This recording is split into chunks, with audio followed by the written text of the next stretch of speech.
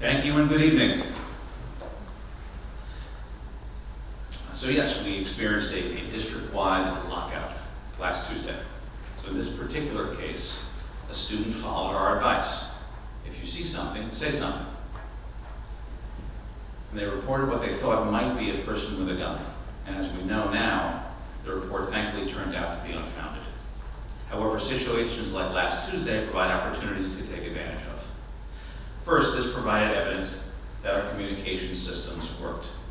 Our school incident command structure allowed our administrators easy access to the district office and effective communication within the buildings, and the chief of police and I to talk by phone and text. Externally, as we just saw, Parent Square provided easy use and rapid notification for the community in several modes.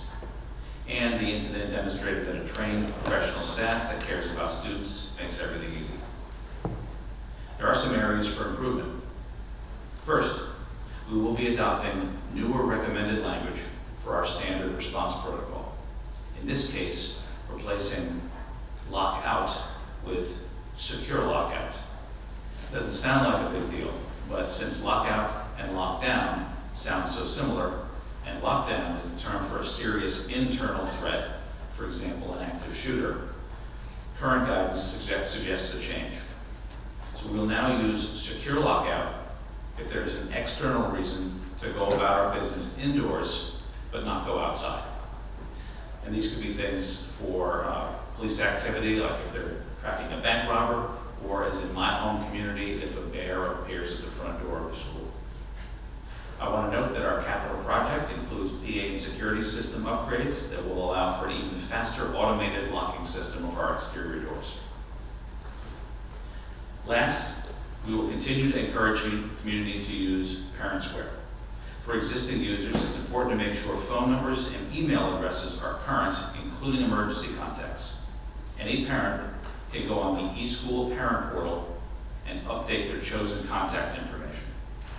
Using the example last Tuesday, we needed to make sure that the adults caring for our students got prompt safety information. If there are adults other than immediate parents or guardians that drive or walk children to or from school or are on call during the day, they should be listed in the emergency contact list. In the case of an actual or perceived emergency, the district makes the conscious decision to choose or not to choose to include the emergency contacts in the notification, and that's based on the situation. Speaking of Parent Square, we had our first potential weather threat today, and I'm thankful it turned out to be just rain in our area. Again, Parent Square is going to be used as our primary means of pushing out school schedule changes.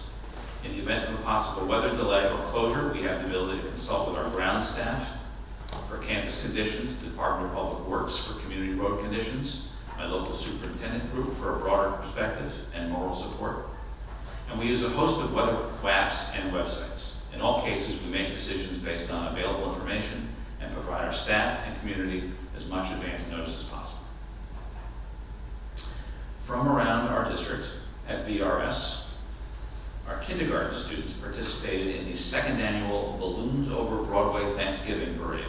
They created their own balloons and paraded around the halls dressed in their Thanksgiving vest.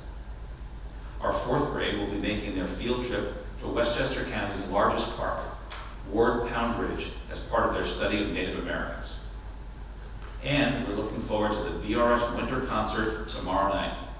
Please note that the concert is here at the high school in the auditorium. At the middle school, modified sports began this week for our 7th and 8th graders. Middle school winter concerts start this week with 6th grade on Thursday. Again, that's here in the high school auditorium.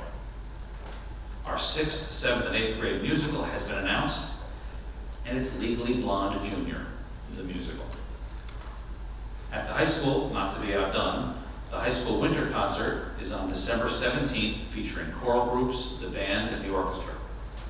Our Guys and Dolls musical has been cast, and rehearsals begin in the coming weeks. Mark your calendars because the show opens on March 13th. And varsity and JV winter sports have been practicing, and games start this week, so go Panthers. Thank you. Thank you.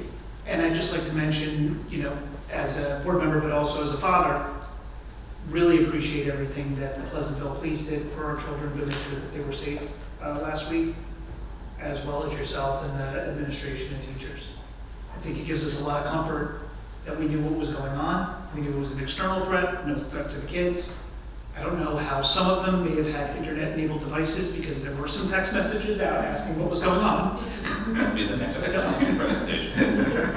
Evidently, they didn't hear the PA announcements, which I understood were made, but wanted to say thank you. So how smoothly it went, it worked. It actually worked, and it worked well. So thank you on behalf of the community.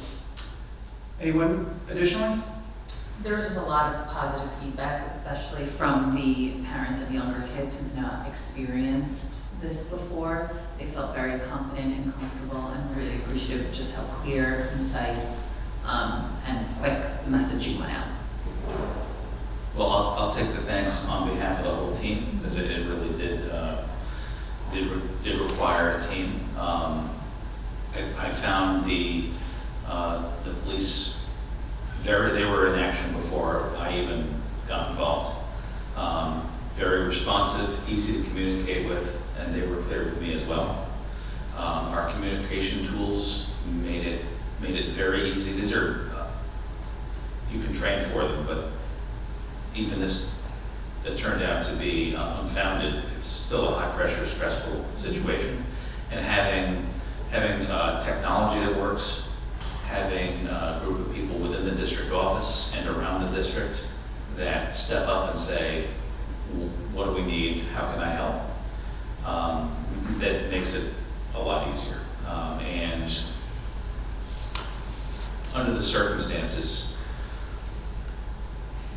you look at a lot of things that happen in the situation, like talk about the lockout versus the lockdown. They're very similar sounding words, and as much as we drill these things and learn about them in schools, the rank and file of parents and community members really don't know the difference between a lockout and a lockdown. They both sound serious. So when you have police on campus and closed doors, that can be very frightening. So the clarity of communication we found helps. So I'm gratified that worked, and I appreciate it.